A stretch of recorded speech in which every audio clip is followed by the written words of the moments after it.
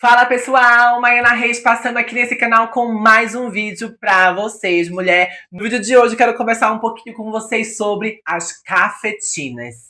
Minha filha, é um tema polêmico esse, eu quero falar pra vocês aqui se já fui cafetinada, se já conheci cafetina de São Paulo, se eu já estive em casa de cafetinas aqui em São Paulo e no Brasilzão. E eu vou logo explicando pra vocês o que é uma cafetina. Nos anos 80, 90 e 2000 e até hoje eu acho que existe isso. Cafetina é o termo usado para aquelas mulheres trans e travestis que, acabavam tendo uma longa trajetória nas esquinas de São Paulo e com isso elas ganhavam, muita reputação, muitas das suas vezes pro lado ruim, né? E depois de muitos anos nas ruas, elas acabavam criando, pensionatos, casas que elas alugavam para que outras mulheres trans de todo o Brasil viessem passar, alguma temporada nessas casas e aí elas pagavam, mensalidades, para poder usar tanto a casa da cafetina e quanto a rua que essa cafetina comandava. E aí já ouviu falar de muitas cafetinas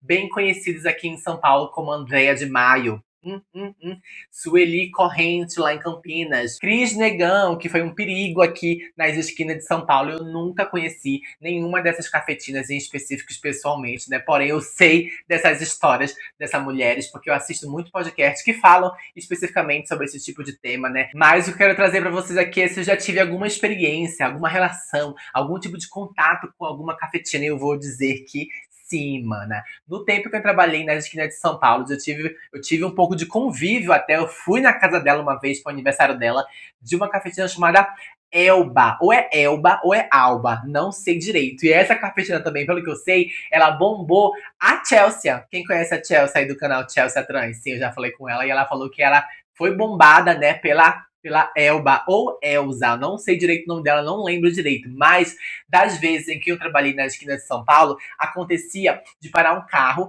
bem do meu lado, e aí era essa cafetina falando que eu era muito bonita, que eu tinha um cabelo grandão preto, uma coisa bem índia que ela falava, mas o termo certo é indígena. Eu já falei pra vocês sobre isso em um vídeo aqui falando com uma ativista indígena. E aí ela falava que eu precisava colocar um litrinho no meu corpo de silicone, que eu ia ficar muito mais bonita. Então ela sempre quando me via, ela me dava esse elogio, falava que eu era muito bonita, mas sempre que eu precisava colocar um litrinho, só um litrinho, minha linda índia, que você já vai ficar linda. E eu sempre tive muito medo do silicone industrial, porque eu sabia o que acontecia, eu já tinha perdido amigas em relação ao silicone industrial, então eu sempre tive muito medo de colocar, sendo que eu sou, bailarina até hoje, então eu sabia que se eu colocasse esse tipo de produto no meu corpo, eu já não ia poder dançar como eu danço até hoje, Mas voltando a Elba ou Alba, ela sempre passava na esquina onde eu tava, e graças ao bom Deus, eu acho que já falei pra vocês isso em algum vídeo, eu nunca precisei pagar rua em São Paulo. Porém, eu fui uma exceção, mana. A gente sabe que até hoje existe, essas mulheres que vão nas esquinas de São Paulo pra pegar a mensalidade da rua das meninas. Se não pagar, minha filha, nem te conto o que acontece. Mas a gente sabe que essas mulheres são bem perigosas, são pessoas, que passaram por muitas situações ao longo da vida e, com essa reputação negativa nas esquinas, elas acabavam, aliciando mesmo essas outras meninas, até mesmo trazer pessoas de fora, falando que aqui em São Paulo você vai ganhar rios de dinheiro, mas quando chega aqui não é essa a verdade, Aqui em São Paulo eu sei que existe muitas mulheres trans vindas do norte do Brasil, de Belém, Manaus, justamente por essas cafetinas que falam que aqui em São Paulo você vai ganhar rios de dinheiro, vai ficar famosa, vai ficar linda, maravilhosa, mas quando chega aqui, a gente sabe, a realidade não é essa. Voltando para falar especificamente da Alba e da Elba. Ah, olha quem tá aqui agora comigo. Ó, quem que vocês conhecem? A Bu, ela veio participar do vídeo. Oi, Bu. Oi, pessoal. Pra quem não sabe, eu tenho 4 cachorros, então ela é a mais velhinha, minha bebezinha, minha mamãe, quer participar do vídeo.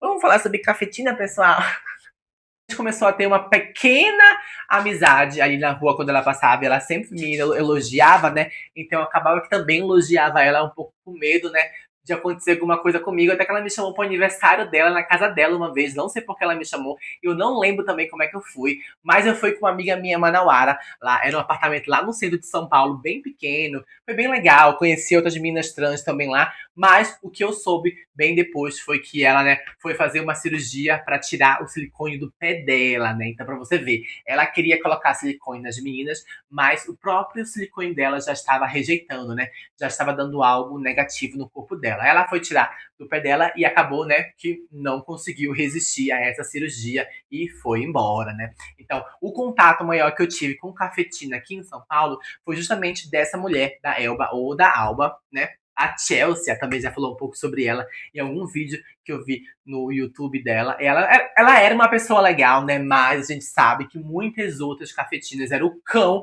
aqui em São Paulo. Se não me engano, também o. Ah, que esse nome dele, alguma coisa Felite, fez um vídeo, né, falando sobre as cafetinas da noite de São Paulo, que eram perigosíssimas, né? Então, a gente sabe que existe essas histórias, mas também a gente não pode deixar de falar que essas pessoas também sofreram muitas coisas, né, que até Deus duvida, para terem sobrevivido, né, há muitos anos da sua trajetória, né? Mas isso não dá o direito delas terem feito o que fizeram com muitas mulheres e até hoje também fazem, né? Como eu falei pra vocês, até hoje existe sim essa lei da rua que você precisa chegar num ponto e pagar uma mensalidade para você poder descer nesse ponto e ser até por um lado protegida por essa cafetina, né? E essas cafetinas muitas de suas vezes andam com capangas, né? Com marido, com filhos, com ajudantes que acabam fazendo barbaridade com os corpos das mulheres trans. Teve uma vez também que eu fui lá pra Santos, uma casa de uma amiga minha, e ela falou que ela morava numa casa de cafetina. Eu nunca tinha ido especificamente numa casa tão grande de cafetina. Eu lembro que era mais de 15 mulheres trans nessa casa e fedia muito, pessoal. Era uma higiene horrível que essas mulheres trans tinham. Nossa, foi assim um cheiro horrível. A gente via calcinha, via coisa, via jogado no chão, e produtos de beleza espalhados, e condicionador. E eu lembro quando eu cheguei nessa casa dessa minha amiga que morava na cafetina, ela tava tomando banho, né? E junto com ela tinham outras mulheres trans tomando banho. Então tava aquela esfrega, aquele coisa, os peitos pulando, as necas pulando.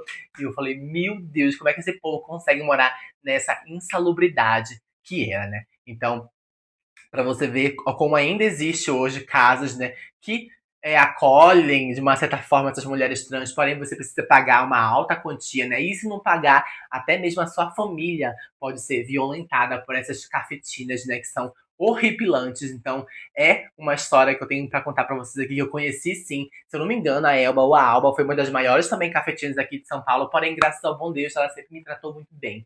Sempre me tratou com muito respeito. Eu acho que porque ela viu a minha índole ali, o meu respeito, a minha bondade, que eu tratava ela também. Então sempre teve essa linha essa mão dupla que fala, né? Mas é muito perigoso falar sobre cafetina até hoje. Se eu não me engano, também Luísa Marilac passou por algo do tipo, até pouco tempo, né? Que ela foi em uma esquina, aconteceu um babado lá.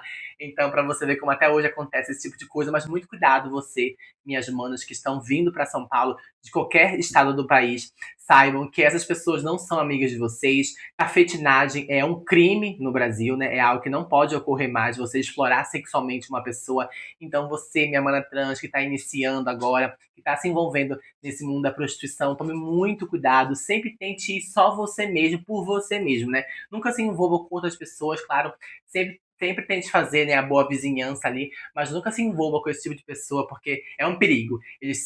Essas pessoas sempre querem, né, tirar muito mais proveito de você. Então tomem cuidado, conversem com outras manas que já têm apartamentos aqui em São Paulo para ver qual é a melhor forma de você vir e fazer o seu pé de meia aqui, mas não se envolva com nenhuma cafetina em São Paulo.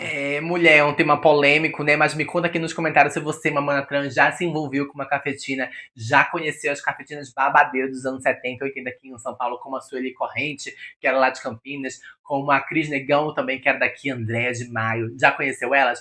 Escreve aqui a sua história pra mim. E não esquece de me seguir nas redes sociais para muito mais conteúdo, porque logo logo eu tô de volta. Um beijo e tchau, tchau!